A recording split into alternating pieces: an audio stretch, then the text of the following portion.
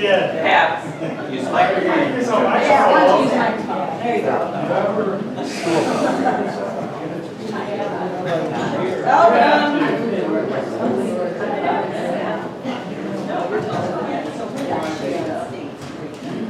Okay, on behalf of the Henry County Heritage Trust,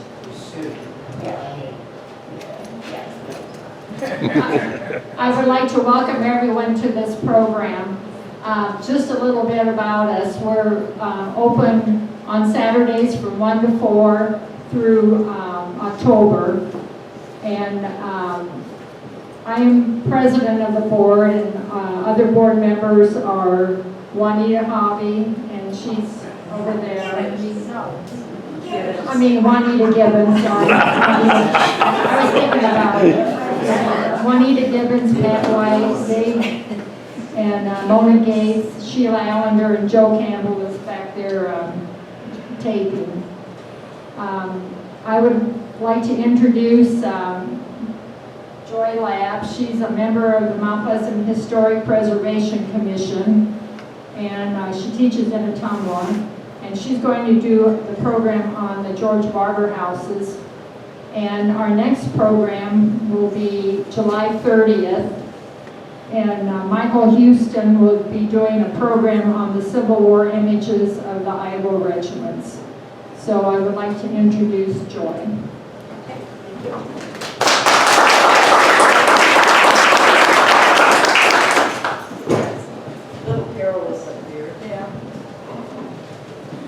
So thank you all for coming to this presentation. And I will say, I moved to Mount Pleasant in 2010. So probably a lot of you know a lot more about Mount Pleasant than I do.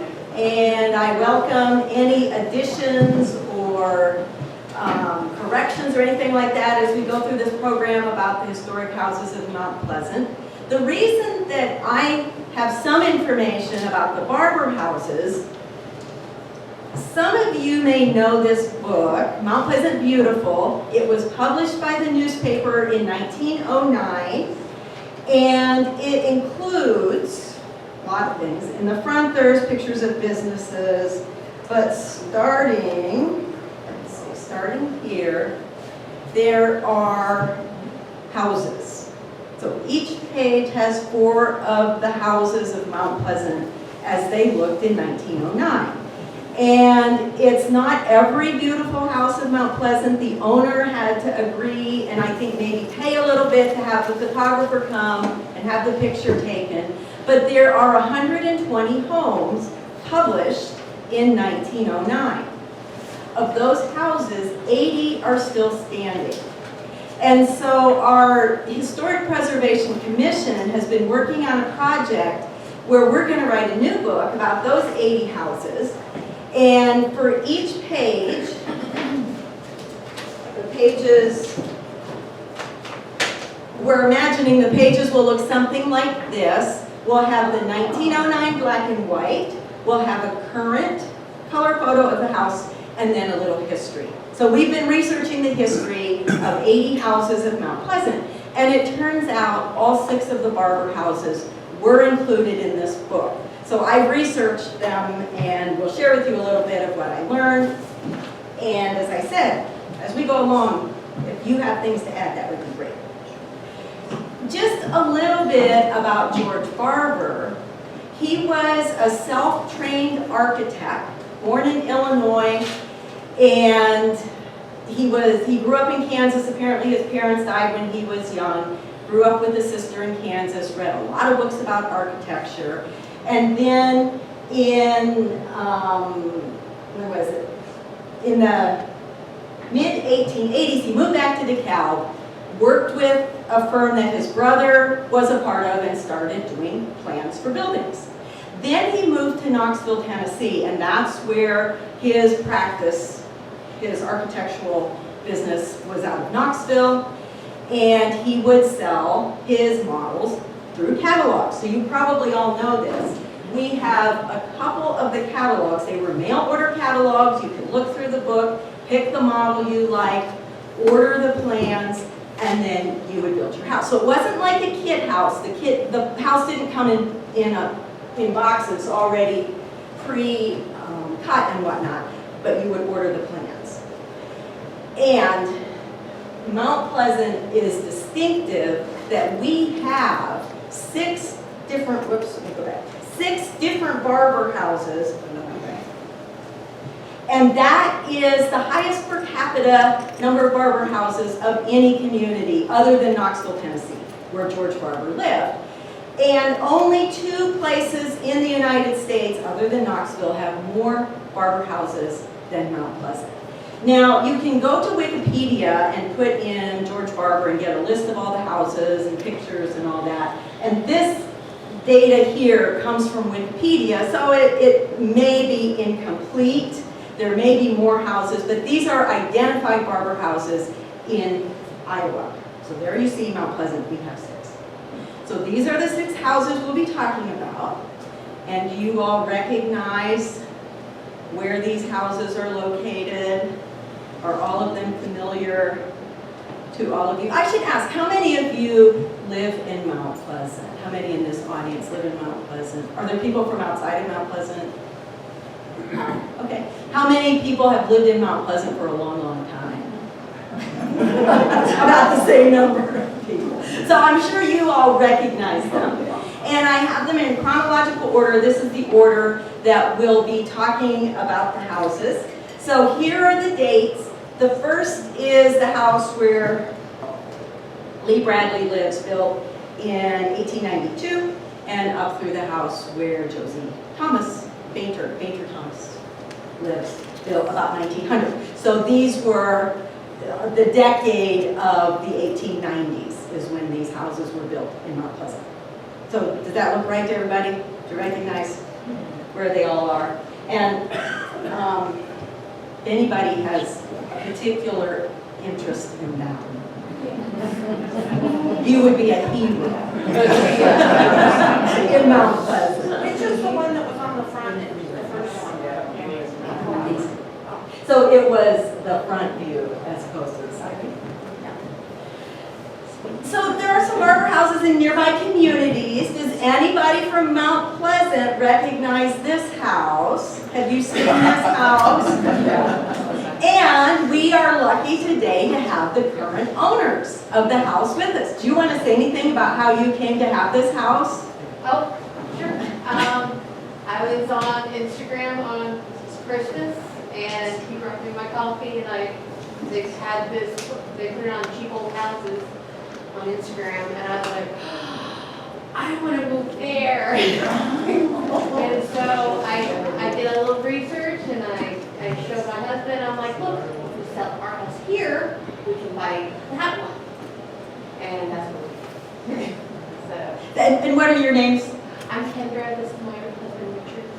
And this is Danita. And she's the one who makes sure that we have a chimney and to make sure that we have four chimneys. And she already did the chest pieces and the roof, and she had painted and all that, everything that. So you were the previous owner? There was one in the middle. Oh, okay, Yeah. but you had owned it. Okay. Yeah. So anyway, this was in, if any of you ever read The Source, the free newspaper from Fairfield, they were featured on the front cover. And you all moved from Portland? Yes. Is that right? To buy this house in Fairfield, Iowa. Yes. This is in Fairfield. Yes, yes. This is not in, it's called the Beck House. Okay. And it's at the corner of Burlington and D Streets in Fairfield. And, yes, go ahead. The address is wrong. Oh, what is it? It's 401. 401. 401. Sorry about that. Oh, no, you're fine. And this, somebody just emailed Lee, or not Lee, but emailed Pat a week or so ago and said, did you know about this house? Does anybody recognize this house? Who emailed you? Yes, do you recognize this house? Yeah, I'm the one who emailed Pat. Is this your house? No, it's not. Uh-huh. I had friends who grew up there when I was little. Really? And this is in New London. And so this is the picture from the Barber catalog, apparently. And it says, you see I reversed it Because when you bought the design, you could reverse it if you wanted to, and so apparently when it was built, it was a reversal, and we couldn't figure out how they matched, but that's how I made it match. So this gable is over there, here's this gable. This is a short little tower. It looks to me like somebody expanded it maybe to make more room up here and added a window, I don't know. But anyway, that's in New London. At 310, is that right? 310.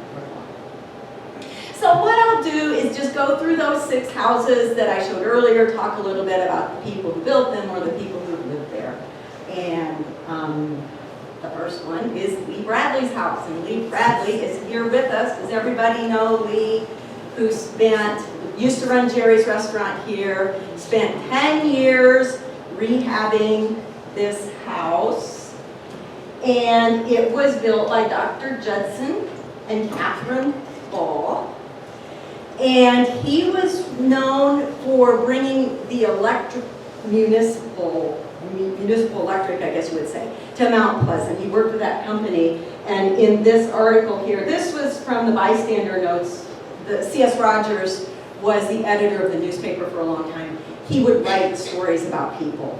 And he mentioned here, which you can't read, let's see, it says, he's the father of our municipal activities and industries. He championed and led the cause for, but anyway, the municipal electricity. And her house is said to be the first one, I believe, if this is right, Lee, that it was built with electricity and plumbing, a modern residence from the very beginning in 1892. And Dr. Ball was apparently a bit of a character. And a story that I found recently about Dr. Ball, he was being reprimanded, although he's the one that brought this municipal electricity to town. Apparently he was tapping into it without permission. So he was being reprimanded, and even if he's the one, he's not allowed to do that. And so that was 1895. And Lee, I don't know if you want to say anything about the house. You have a story about Ball's conflict with the builder of the house. Yes, thanks to Dave Cordes, I have both the blueprints and the porch post drawings of the house, because Dr. Ball took the carpenter to court over $312. He had a disagreement with the porch, the construction of the porch.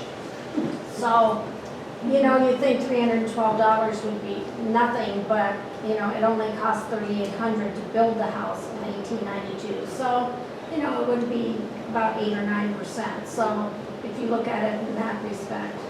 But we're really fortunate because Dave Cordes just happened to be at the courthouse at the right time when they were going to throw these away, and he brought them to me. So, I'm very fortunate.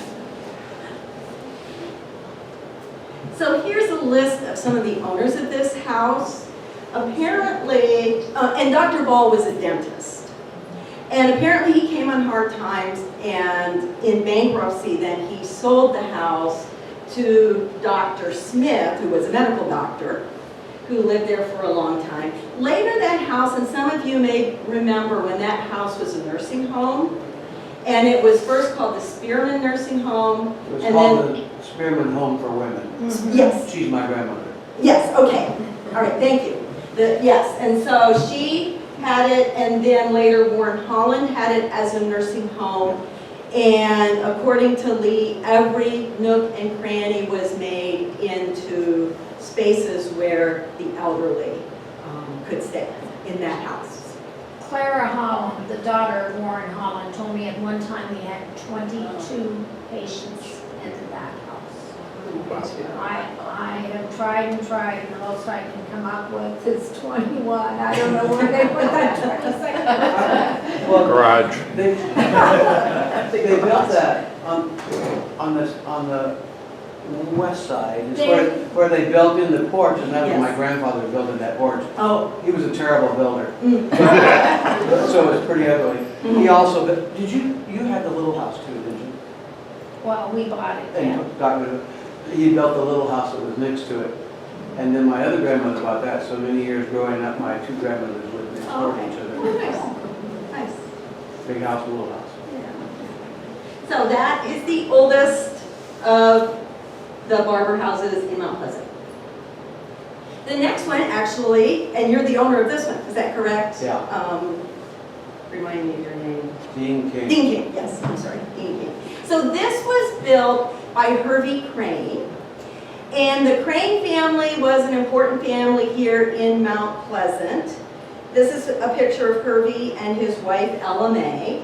And to locate their family history, you may recognize, you know what, I can go like this.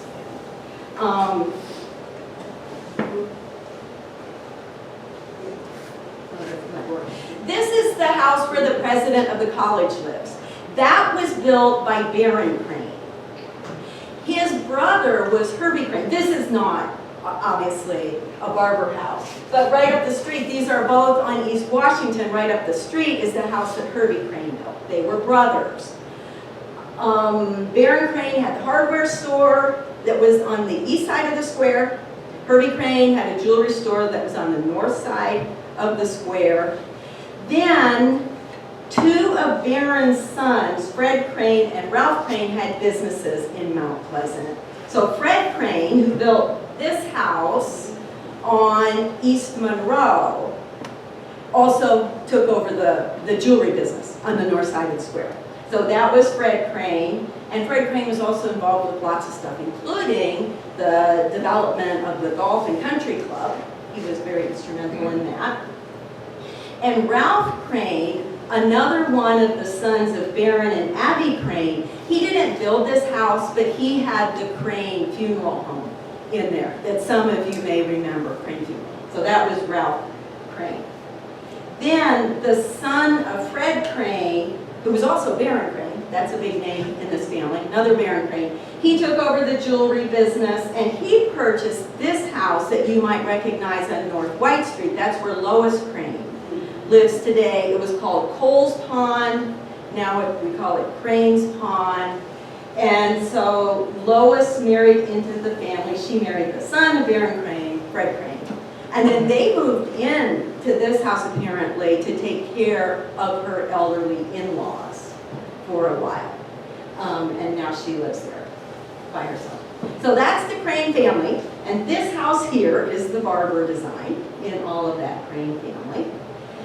And there's a book that some of you may be aware of, My Darling Anna, and it's love letters between two of Mount Pleasant's young people, Anna Kurtz, that's My Darling Anna, and W. Gray, a physician, and they were engaged to marry, and then later he went out to Washington to practice or travel or whatever. Liz, you know more of this story than I do.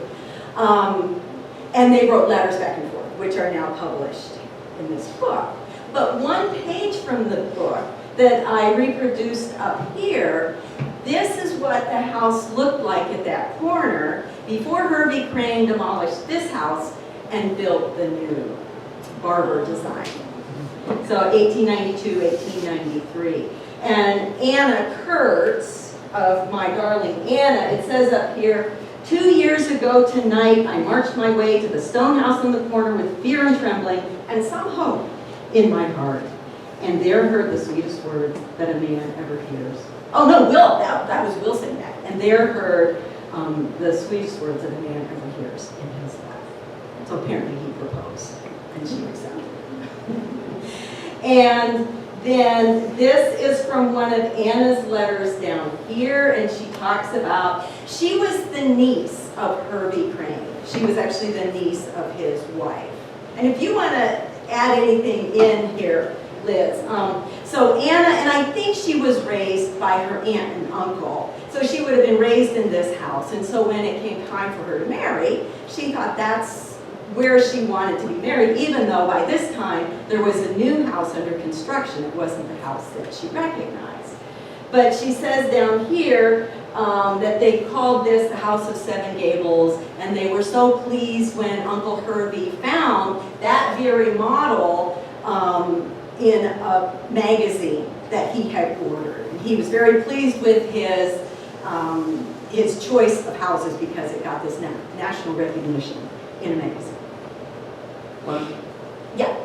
So one of the biggest things with continuing that story is that in those letters, that she said she was going to get married there, and she was talking about coming down the steps and all this stuff, and her uncle told her that the house would not be finished in time enough for the wedding, but he decided to do something special for the area that they were going to actually get married in, which is at the bottom of the steps, and it's a kind of an empty room.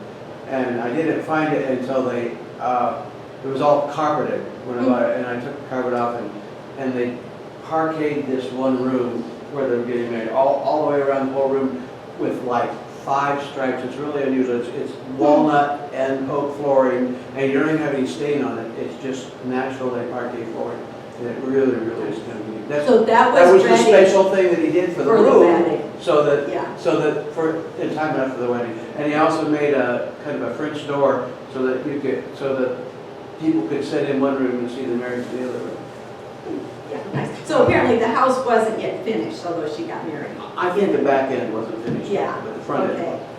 So you probably read this. Uncle Herbie and I are trying to work a scheme. I remarked that one day I'd rather be married over home than any place else.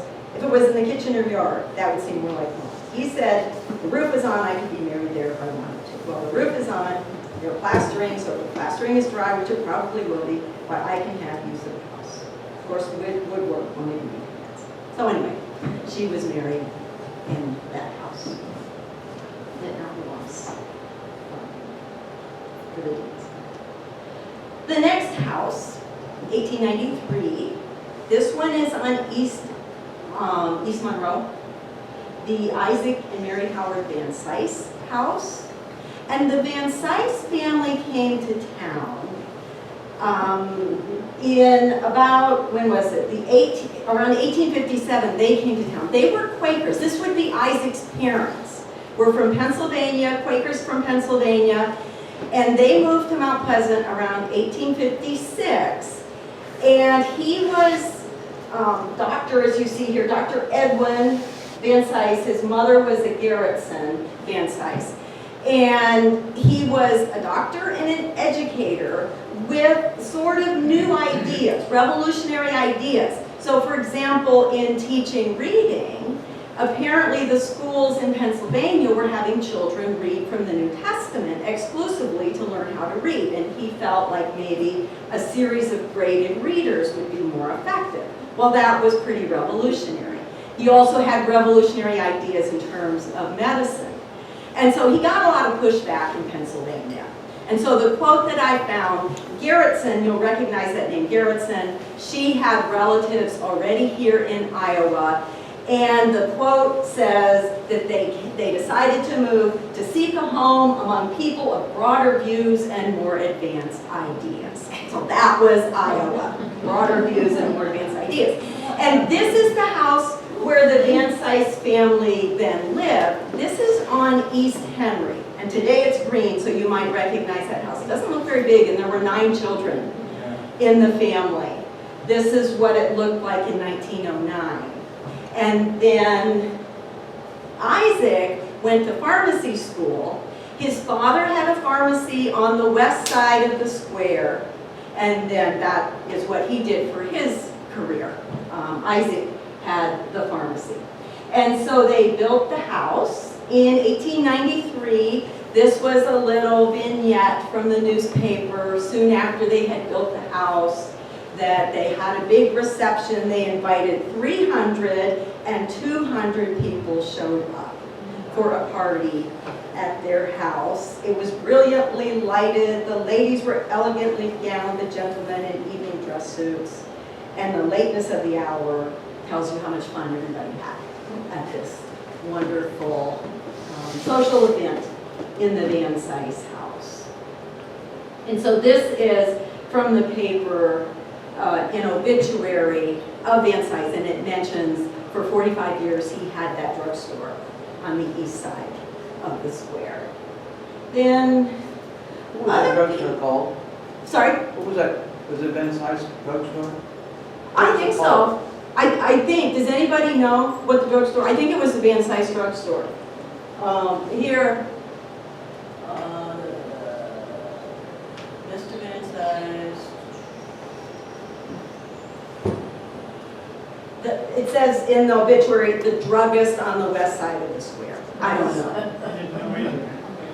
didn't know that one. exactly what it was called. But he died, see, he died in 1914, so. And I don't know if it was a drugstore after that. I don't know. Then, later people, there was also a dentist who lived in there. He was a dentist out at the Mental Health Institute. His wife was an artist. Do you remember who those people were? Yeah, Kroll, that's the name. Yeah, so there were Krolls who lived in there at one time, and now the family that owns it, their last name is Berger. So I have one thing. on Yes, that please. house. We've been involved 3 different times when that house sold. And not the last time, but the original blueprints are still in the house. Oh, okay. Yeah, very cool. Do you think there was a house in the corner where that front yard is? Was there a house there? Where The reason this why I house say was? because this is 603 and it would normally be 601. And I just always wondered if there was a house in the front yard that would be to the west of that house. I think because it was such a big lot, Oh, really? They thought there might be a house, maybe? well, they go by so many feet and then they numbered them. They reserved a space in case another house would be built. Maybe, I Yeah, don't I don't know. What, is that what it is now? I don't, It's 60, 603. know. it says 603. Yeah.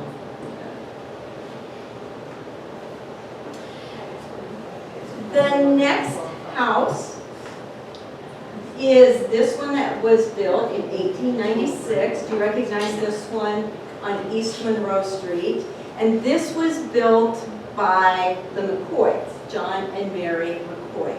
He was a lawyer, and his grandson, David McCoy, is still a lawyer here in Mount Pleasant.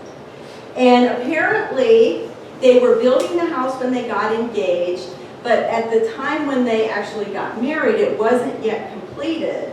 And so she said she didn't want to move into the house if it wasn't finished.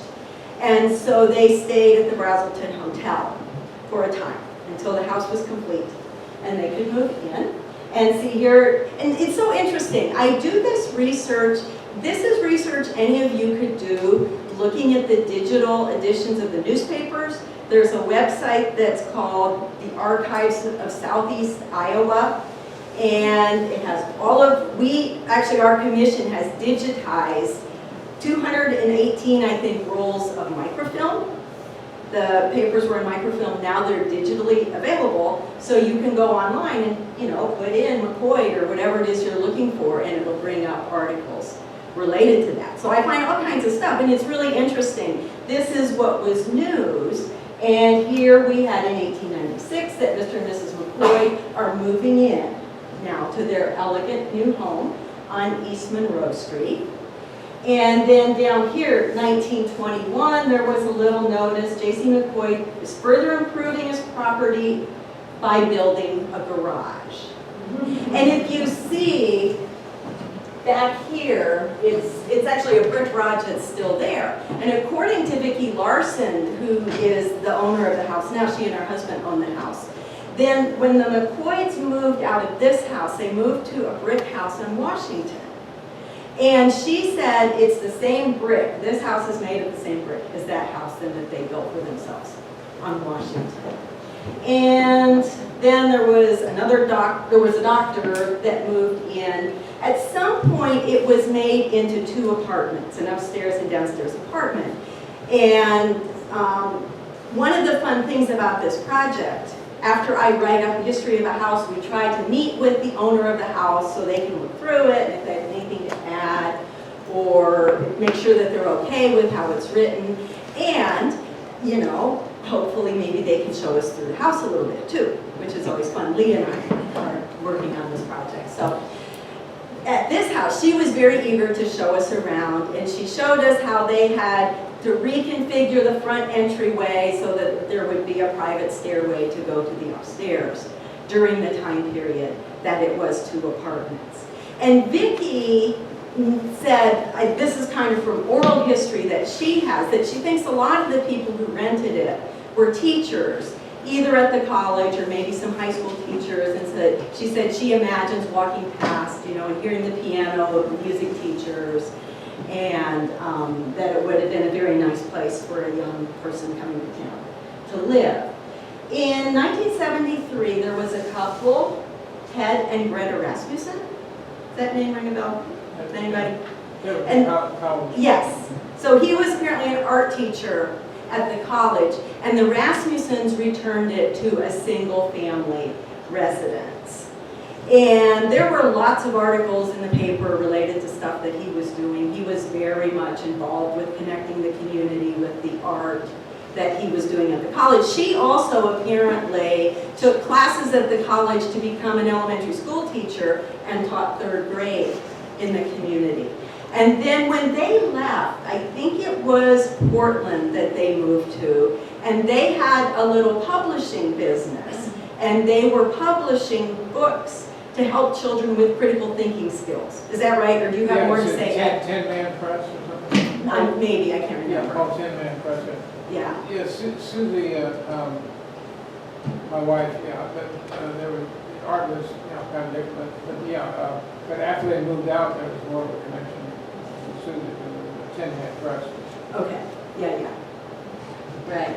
So, and then these are people who've lived there more recently. I think for this one, I have pretty much the complete list of people who've lived in the home, and now Warren and Vicki Larson moved to town about the same time we did, so since 2010. They have been in the home. This is everybody's favorite house in Mount Pleasant. And this was built by Joseph and Alice Green, who were a brother and sister, neither of whom married. And what was interesting to me when I was researching this house is I found articles in the paper that when they bought, it's on a lot and a half, and when they bought those lots, there were 2 houses already there. So what do? In 1898 or around about, when you buy a property with a house on it that you don't want, they moved them. It's surprising, at that point in time, how many houses in the paper are mentioned they moved it from here to there. And so the first article at the top there, I don't know, can you read those? Maybe you can't see what it says. It says, the Whitford property, James Whitford was the nephew of James Harlan. So the Whitford property on North Jefferson Street, corner of Henry, has been sold to Mr. Joseph Green of Trenton. The house will be moved off and a handsome residence erected in its place. And so this map is a hand-drawn bird's eye map that was done in 1869. And so we have an idea of what Mount Pleasant looked like at that point in time. And this is the corner right here. Here's Henry Street, here's Jefferson Street. And so these 2 little houses had to be moved off to make way for this big new Barber house that was going to be located there. Then the other article says, the ground occupied by the Smith residence on North Jefferson has been sold. And so that is this house here.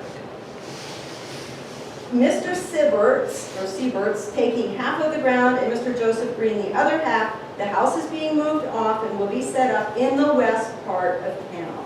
The Whitford house on the lot just south is also to be moved away. Mr. Green will begin on a beautiful new house on the 2 lots. So I would love to know where those houses ended up, but I didn't find anything about that. And this house is still standing. And what's her name? Operator. Yeah. On this now. So apparently they got half of this lot goes with this house, and then the other half goes with the new house on the corner. And this is from the catalog. So I have a couple of the catalogs here that people could buy the houses from. This catalog was called Modern Dwellings, 3rd edition, and the model was number 37. So if you open up to 37, there it is in the book. And then you see the house plan. So this is how he had laid out the house. And this is a model that was built in Attleboro, Massachusetts. But the thing is, since these houses were for mail order catalogs, lots of people around the country might have that very same model. And so there was a time when my husband and I, not for long, but we considered maybe buying it and got really interested. And so I just, again, this is mostly from Wikipedia, that list of all the Barber houses that have been identified in the United States. I mean, it's, and they might have their own little flair, so this is almost like the one we have, but it has a little extra peak here, it has a little conical thing there. But the balcony's the same. This is one in Kansas from that same model. This is one, Mount Carmel, Illinois. That one's very, very similar. Although ours doesn't have this thingy roof. There's one, yeah, nice, isn't it? South Carolina, the same model. And they added a little conical thing up here on the balcony. Now this one is very, very similar to the one in Mount Pleasant, and this is also in Iowa. Here's another one, Ohio. So this one, and this I believe, it's on a campus, it's on the National Register of Historic Places, and you can see it was built a little bit more elegantly than the other ones. And it is, I think, as I said, it's on a campus, it's a campus building now, and I can't remember. What's that? Yes, it's in Portland. Yeah, in Portland, Oregon. Right. This one's in Iowa, this one needs a little love. Not as bad as ours, though. And this one's in Pella. So they closed in the balcony up there. So, you know, if anybody's thinking that you really need a fun project, you really need something that will add value to your community. The green and yellow thing, was that the original colors? Where did that come from? No, green is, oh, you mean for the, I don't know why they chose that color. No. That has nothing to do with original colors, does it? Not, no, I don't think it was. That is the original. Is it? Yep, that is. That bright? Yep, that bright yellow and then that dark green. I got notes somewhere when I looked at it, and those are the original colors. Okay. It's Yeah. bright. It's very bright, yeah. Right. The house has been improved in a lot of ways.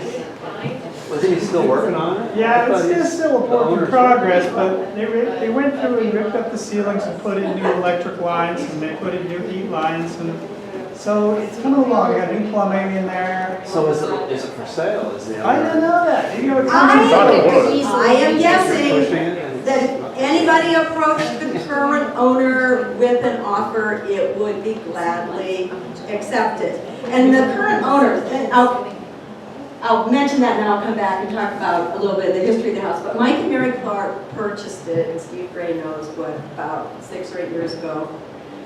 And with high hopes, you know, of restoring it. And it was at that point 6 apartments. So there were 6 kitchens and 6 bathrooms.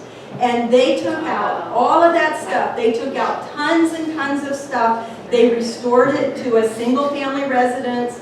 Walls that had been built, they uncovered the pull-out doors, what do you call them?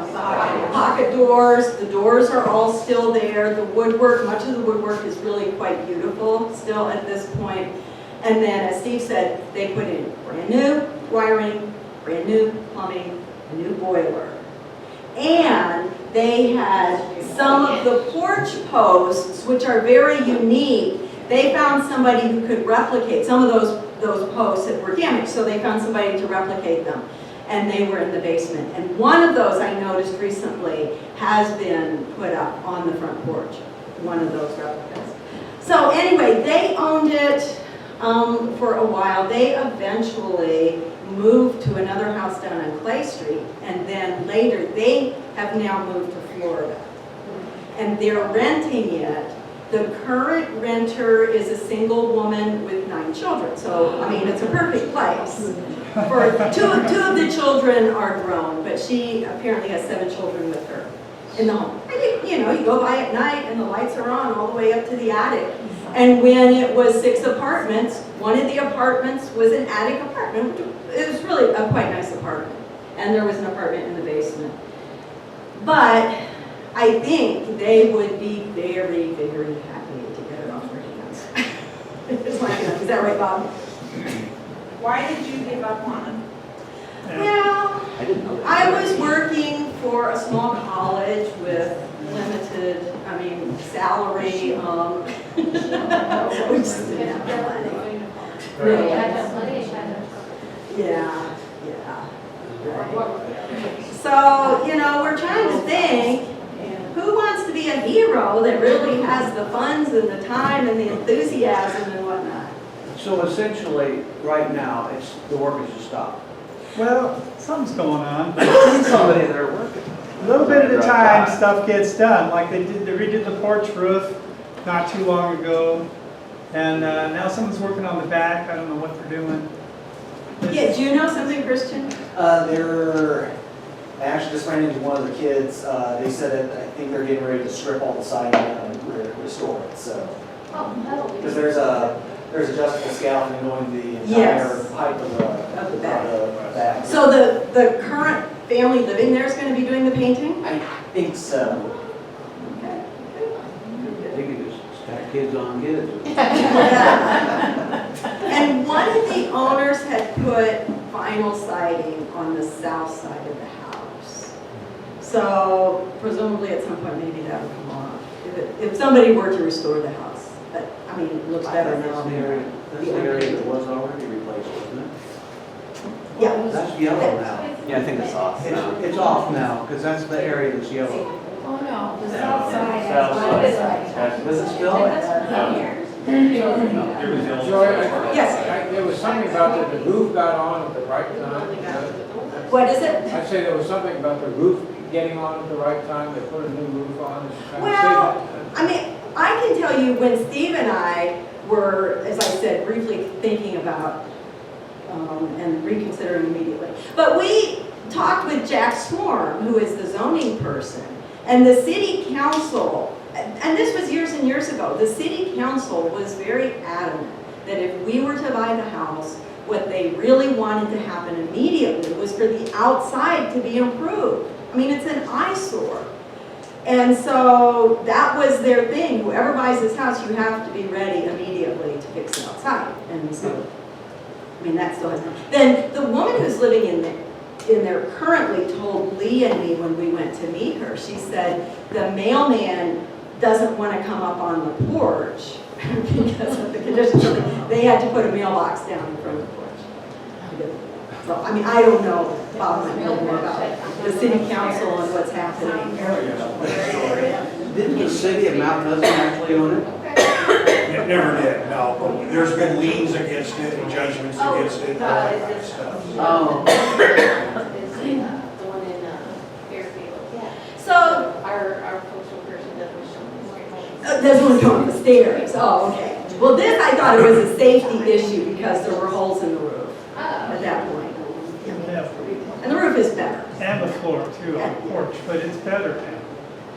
Then the second owners of this house were Melvin and Grace Hall, and he had a company called MC Hall Lumber. And so he sold the lumber for many of the houses that were built around town. It was on West Monroe, about where the Mount Pleasant News used to be. He had a big fire. Yeah. big Yes, there was a huge fire, like about 1914, I think, that his lumber yard was destroyed. There was a Christian church there that was destroyed in that fire. Is that where the Mueller building now stands? Yes. Well, I'm not sure. That area, I'm not exactly sure. The next one over. Rest of the alley? Yeah. The next one over? Well, that's where the cleaner motor goes, yeah. So they were in there briefly, and then there was a Judge Wade Gillis. The Gillis family was a big family in town. And, you know, just as a kind of peek preview, if anybody wants to buy our book when it comes out, we will be mentioning an unsolved mystery of a Charles B. Gillis who lived on West Monroe. I don't know if anybody knows that story. And what was the date? That was around 1890s, I would say. Charles B. Gillis was peacefully in his home on West Monroe. Somebody knocked on the door, shot him to death, ran and got on the train, and nobody's ever quite figured out what happened. Oh, he was a judge. Well, he was a judge. This was like a cousin that was murdered. The Allanders then had a restaurant on the square. So in Mount Pleasant Beautiful, there's a picture of the Allender restaurant. Then it became a fraternity. And while it was a fraternity, in 1927, there was a huge fire that took place in the house. And I know when Steve was crawling around in this house, he went up in the attic and he said, there's been a fire up here. Well, it happened in August of 1927, and apparently it was quite devastating to the third floor and part of the second floor. But it was a fraternity, the community was very much supportive, and they rallied. By November, this is November, the huge fire was in August, by November, it was redone and they were moving back in. Yeah, right, they worked fast. Then, at a later point, it was called the Dial Apartments, and they may be the ones who divided it up into the 6 apartments. They were. Okay, and this was an interesting article, 1950. There was this social tea and open house. 100 guests attended at the Charles Dial House, 301 North Jefferson. And it was complimentary to Mrs. Artis Pope, the mother of Mrs. Dial, and the opening of her new lingerie shop. So in the front part of the house, there was a women's clothing store, including lingerie. Oh, and just, it's so fun to read these articles. It mentions everybody who was there and what they ate and who won the bridge, every little detail that you might be interested in knowing about this little social event. And then I found a couple ads for, her name was Artis Hope. So she called it the Artistic Shop. So that was clever. And so here she is selling beautiful new woolens. And if you want the best fitting corset, she will fit you. And the best one you've ever worn. It will take inches away, and yet gentle control. So she's no longer there. So I don't know how long. Does anybody remember when there was a lingerie shop in there? Oh, so I guess that was my last slide. Yeah. But I do remember Artis Hope. Yeah, okay. Right. The last house then that I'll mention is on East Henry. Josie Painter Thomas lives there now. And the people who built this house, George W.S. and May Whiting Allen. And this Whiting name was a big name in town. Her grandfather was Timothy Whiting, and he was the founder of the First National Bank.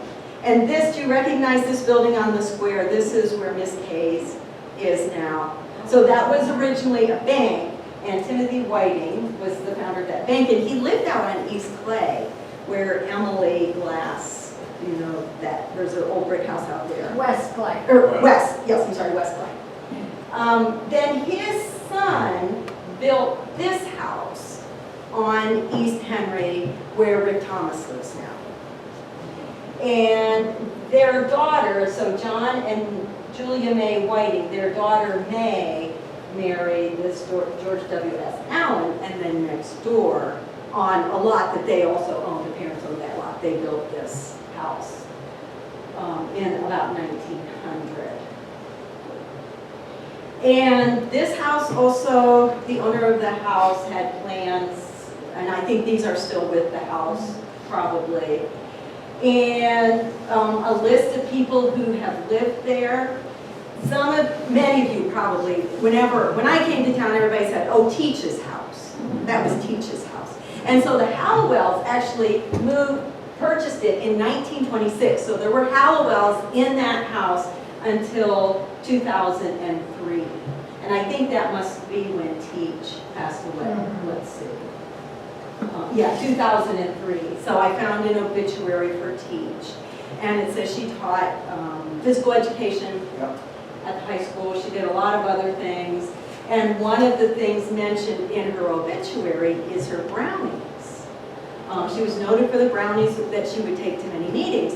And so when we had written up the little thing for Josie and her husband Tyler and went to show them what we had prepared, she grew up right across the street because, Jeff Thomas's house is right across the street.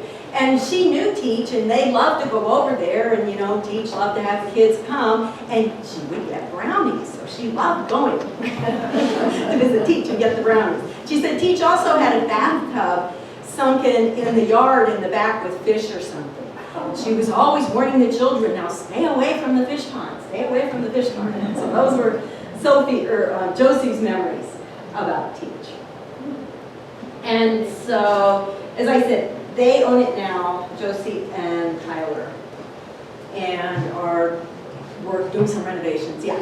Are you aware of any records of what the material was, or like the species of wood that went into that house when it was built? I don't know. I don't know. That's a great question. That wasn't pre-described though, was it? The material you picked yourself. Yeah. All this was the plans, right? Right. You were by the plans. Now, I did read somewhere, he also did have a supply of some fixtures and some things that if you wanted to buy from him, you could. Certain baubles. Yeah, but the lumber, you were responsible to get yourself. A lot of the plans, he had estimates of what, Yes. the builder, the bricker, the plumber, but it was just estimates.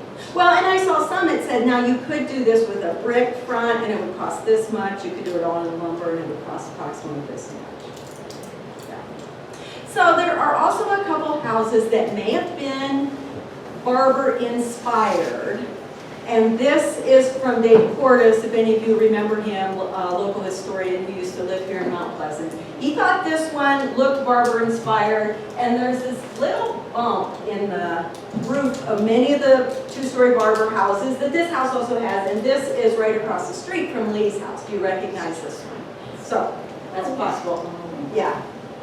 And he also suggested there were 2 remodeling jobs that may have been Barber inspired. And I had already showed you this picture. This is where Rick Thomas lives now. When that house was built, it was a square kind of Italianate house with a flat roof. And there's a story of when the eclipse happened back in whatever year it was, about people standing on that flat roof to observe the eclipse. But in the 1890s then, when it was more fashionable to have this Queen Anne style with gables going in different directions, an uneven roof line, irregular massing of material, they did an update. They added the porch, they added this thing, they added an extension out here. So it looks now like a Queen Anne. So that may have been inspired by this Barber's Queen Anne. And so J.M. Whitting, the son, as I said, of Timothy Whitting, who started the bank, lived here. His sister had married a Gillis. And this is the house that it's way east on Monroe Street. Do you recognize that one out there? And that was also about the same time. So it was a brother and sister who owned the 2 houses. And at about the same time, they got similar updates. So here we get the little balcony thing. This was added at that time. The porch was added at that time. So, I mean, who knows? That it may have been inspired by these Barber houses that were going up at the same time. So that's what I know about Barber houses in Mount Pleasant. If anybody has questions, comments?